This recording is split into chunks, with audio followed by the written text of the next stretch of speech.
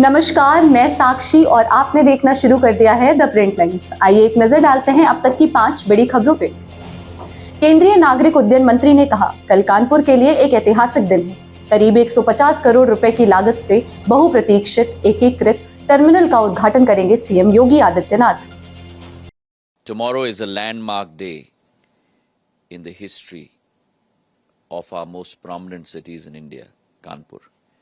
Under the leadership of Prime Minister Narendra Modi ji, Chief Minister Yogi Adityanath ji, we are heralding in a new dawn for Kanpur. The much-awaited integrated terminal facility at a cost of close to about 150 crore rupees will be unveiled by the Chief Minister of UP, Yogi Adityanath ji, in Kanpur tomorrow. This not only opens the doors for development and progress for the city of Kanpur, but also in terms of facilities is a 16-time quantum jump from the current facilities at the airport in Kanpur. केंद्रीय मंत्री राजीव गोयल ने विपक्ष पे साधा निशाना, कहा विपक्षी दलों का एक सूत्रीय एजेंडा है। वे किसी भी उपलब्धि पर कोई जश्न या स्पॉटलाइट नहीं चाहते हैं, जो ये सरकार बना रही है और ये देश बना रहा है।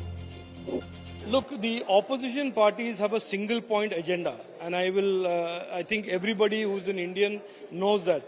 They don't want any celebration or any focus or any spotlight on any of the achievements and progress that this government is making, this country is making, and that Indians are making. So they would like as much as possible to move the topic away from a celebration of New India, from a celebration of New India's new parliament, from a celebration of our economy, from a celebration of our growth and prosperity. They would like no conversation to be had on that and to move it into this petty type of politics of saying we will boycott it.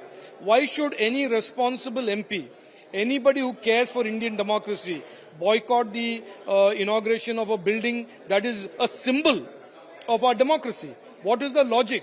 There is no logic. It is petty politics of the worst kind that these opposition parties represent.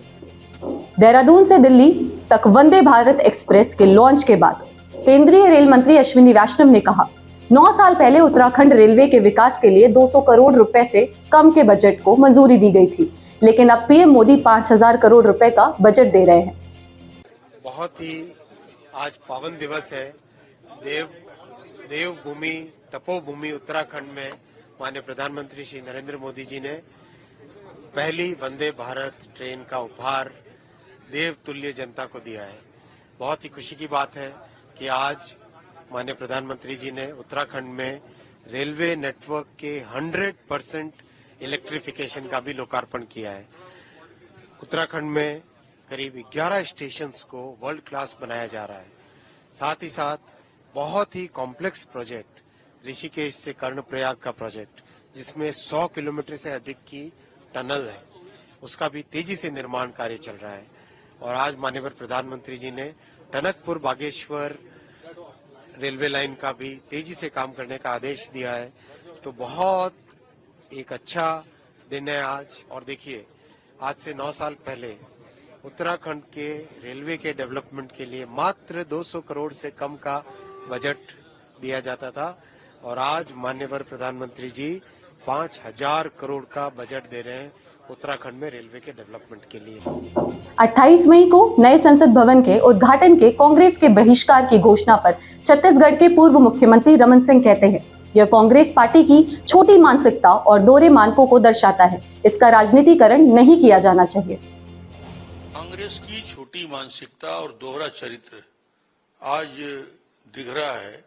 किस प्रकार कांग्रेस एक तो अपने state में, भूपेश बघेल जी से मैं प्रश्न करना चाहता हूं कि जब छत्तीसगढ़ में विधानसभा भवन का कार्यक्रम हुआ और उसके भूमि पूजन के कार्यक्रम में उन्होंने सोनिया गांधी को बुलाया, राहुल गांधी को बुलाया, खुद उपस्थित रहे, मगर यहाँ की गवर्नर जो अनुसूचित जनजाति की माननीय अनुसुईया उइके जी को आमंत्रित नहीं किया, पत्थर में भी नाम नहीं लिखा। और आज वही भूपेश बघेल, वही कांग्रेस पार्टी, वही सोनिया गांधी, राहुल गांधी, जिनके उपस्थिति में ये भूमि पूजन हुआ, आज नए संसद के भवन के लोकार्पण के कार्यक्रम में छोटी मानसिकता दिखाने का काम कर रहे हैं। तो छत्तीसगढ़ में कोई कांग्रेस का चरित्र अलग होता है और दिल्ली जाते जाते वो चरित्र बदल जाता है, उसमें राजनीति उनको दिखती है। मुझे लगता है ये दोहरा चरित्र देश की जनता देख रही है और हमने इस देश को सम्मान दिया।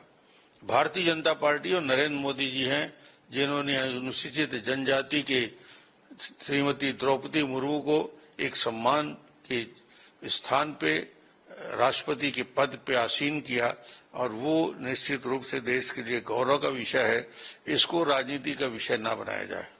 जम्मू कश्मीर में उधमपुर के बच्चों को मिला नया स्कूल, टपकती छत से मिला निजात। जम्मू कश्मीर में विकास कार्य जोरों पर है। हालांकि अभी भी कई ऐसे क्षेत्र हैं जहां तक विकास नहीं पहुंच पाया था। इनमें से एक है उधमपुर का ये क्षेत्र, जहां बच्चों को शिक्षा पाने के लिए एक बेहतर स्कूल की जरूरत थी, जिसे केंद्र और राज्य सरकार ने मिलकर तैयार कर दिया। अब तक जो बच्चे बारिश के चलते छुट्टी करने या टपकती छत के नीचे बैठने को मजबूर थे, वो अब ये बेहतर स्कूल की छत के नीचे बैठ सकते हैं। पिछले 7 वर्षों से रेंटेड बिल्डिंग में बच्चों को पढ़ा रहे थे। वहाँ पर कितनी परेशानी आती थी कि वो सब जानते हैं कि वहाँ पर जब बारिश होती थी तो हम बच्चों को मैनेज नहीं कर पाते थे कि अंदर जैसे एक ही कमरा था, बच्चों को बैठने की वहाँ भी बैठना होता है, सामान भी स्कूल का वहाँ पे ही और पढ़ाई वहाँ पे ही। हम मतलब इतना वहाँ पे परेशानी आती थी कि हम 5th क्लास के बच्चों को पढ़ा रहे हैं तो 4th का फोकस ही वहाँ पे होता था पूरा कि हम क्या पढ़ाते हैं वहाँ बच्चों को। जैसे कि ऐसे पूरा एक ही हो सकता था कि जैसे 5th को पढ़ाते हैं, एक ही क्लास चल रही है, वो किसी को पता नहीं था। अब जैसे कि हमारे पास जो नई बिल्डिंग बन गई है तो जहाँ पर हम बच्चे अपने अपने क्लासरूम में बैठे हैं तो कितना अच्छा लगता है। हम शुक्रिया अदा करते हैं अपनी सेंट्रल गवर्नमेंट का, स्टेट गवर्नमेंट का, हमारे PRI जितने भी हैं, DDC हैं, BDC हैं, पंच सरपंच जो भी हमारे लोकल बॉडीज़ हैं, हम सबका शुक्रिया करते हैं कि आज जो जिन सबकी जद्दोजहद जो हमें जो बिल्डिंग मिली है तो आज हम जैसे कि आज भी इतनी बारिश हो रही है, अगर वहाँ पे पुरानी बिल्डिंग वहाँ पर रेंटेड बिल्डिंग में होते तो बारिश में जो ऊपर से पानी आता है तो बच्चों को छुट्टी करनी पड़ती थी। तो इसलिए आज हम बच्चे अपने अपने रूम में बैठे आराम से पढ़ रहे हैं। हम बाहर अब जहाँ पर जितनी बारिश हो हम स्कूल में बैठकर मैनेज कर सकते हैं, चाहे 5 बजे 6 बजे जाएँ तो बस हम स्कूल में रह तो सकते हैं। फिर मिलेंगे कुछ नई खबरों के साथ, तब तक के लिए धन्यवाद।